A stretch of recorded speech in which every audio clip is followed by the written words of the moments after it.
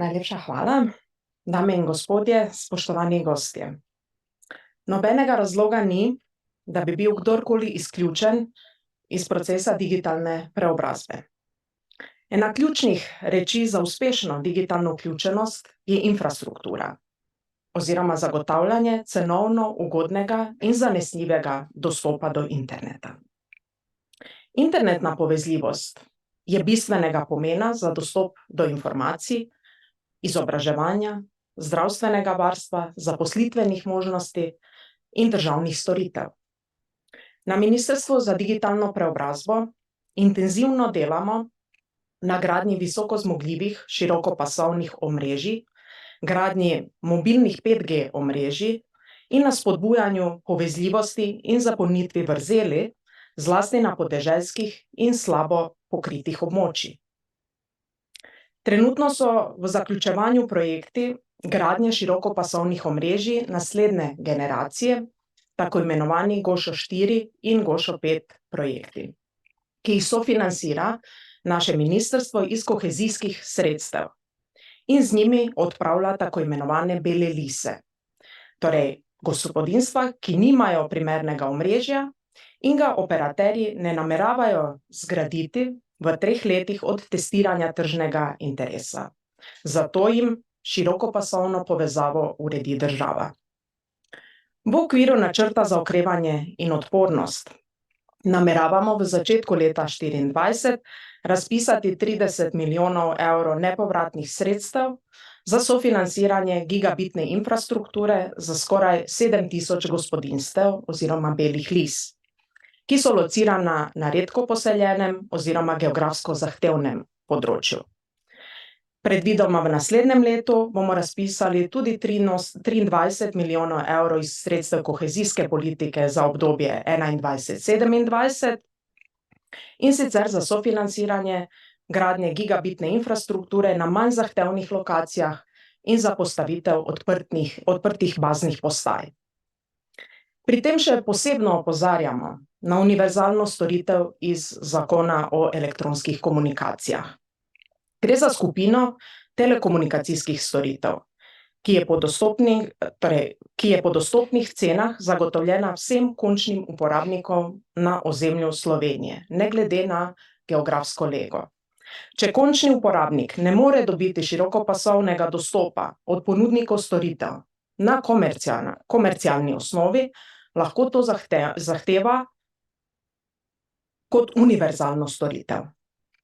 V to pravico med drugim sodita tudi dostop do telefonskih storitev in interneta na fiksni lokaciji. Izbira tehnologije pa je odvisna od tehničnih zmožnosti na lokaciji stalnega prebivališča uporabnika. Poleg infrastrukture ima ključno vlogo pri zagotavljanju digitalne vključenosti tudi tako imenovana digitalna pismenost.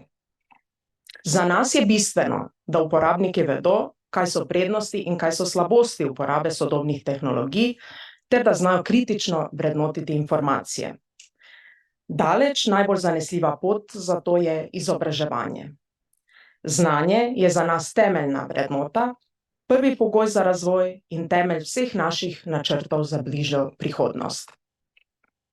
Na ministrstvu sofinanciramo mnoge izobraževalne projekte za dvig digitalnih kompetenc s posebnim ozirom na skupine, ki bi lahko bile izpostavljene večji nevarnosti, da ostanejo izključene iz procesa digitalne preobrazbe.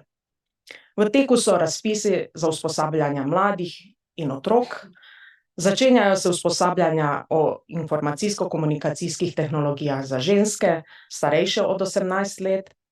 Naš projekt Mobilni heroji, v okviru katerega z mobilno učilnico obiskujemo ruralne predele Slovenije in starejše od 55 let učimo dela z računalniki, tablicami in mobilnimi telefoni, pa po zanimanju in udeležbi podira rekorde.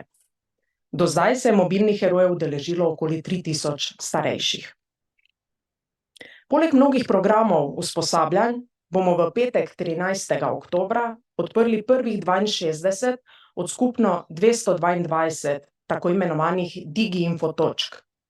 Na teh točkah, ki bodo razporejene po vsej Sloveniji, bo mogoče vsak delovni dan v tednu dobiti pomoč ali nasvet pri uporabi digitalnih javnih storitev in vzpostavitvi digitalne identitete. Na portalu e-uprava pa je praktično vsak dan objavljena kakšna nova javna storitev, ki jo je možno urediti po elektronski poti. Izkoriščam še priložnost, da vas v Evropskem letu spretnosti povabim tudi v Maribor, kjer naslednji teden, 19. in 20. oktobra, organiziramo Festival digitalnih spretnosti. Danes ni treba nikogar več posebej prepričevati v številne koristi, ki jih nudijo sodobne digitalne tehnologije. Glede na njihov hiter razvoj je digitalna vključenost že tudi pogoj za ohranjanje socialne pravičnosti in spodbujanje gospodarskega razvoja. Postavljamo torej tako digitalno preobrazbo, kjer imajo vsi, ki to želijo, priložnost za sodelovanje v digitalnem svetu, ne glede na socialno-ekonomski status, starost, spol, geografsko lokacijo, spretnosti ali oviranosti.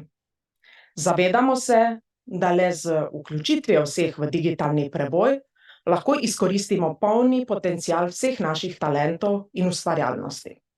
Zato je digitalna vključenost, ki nas povezuje, eden osnovnih gradnikov naše skupne prihodnosti. Hvala.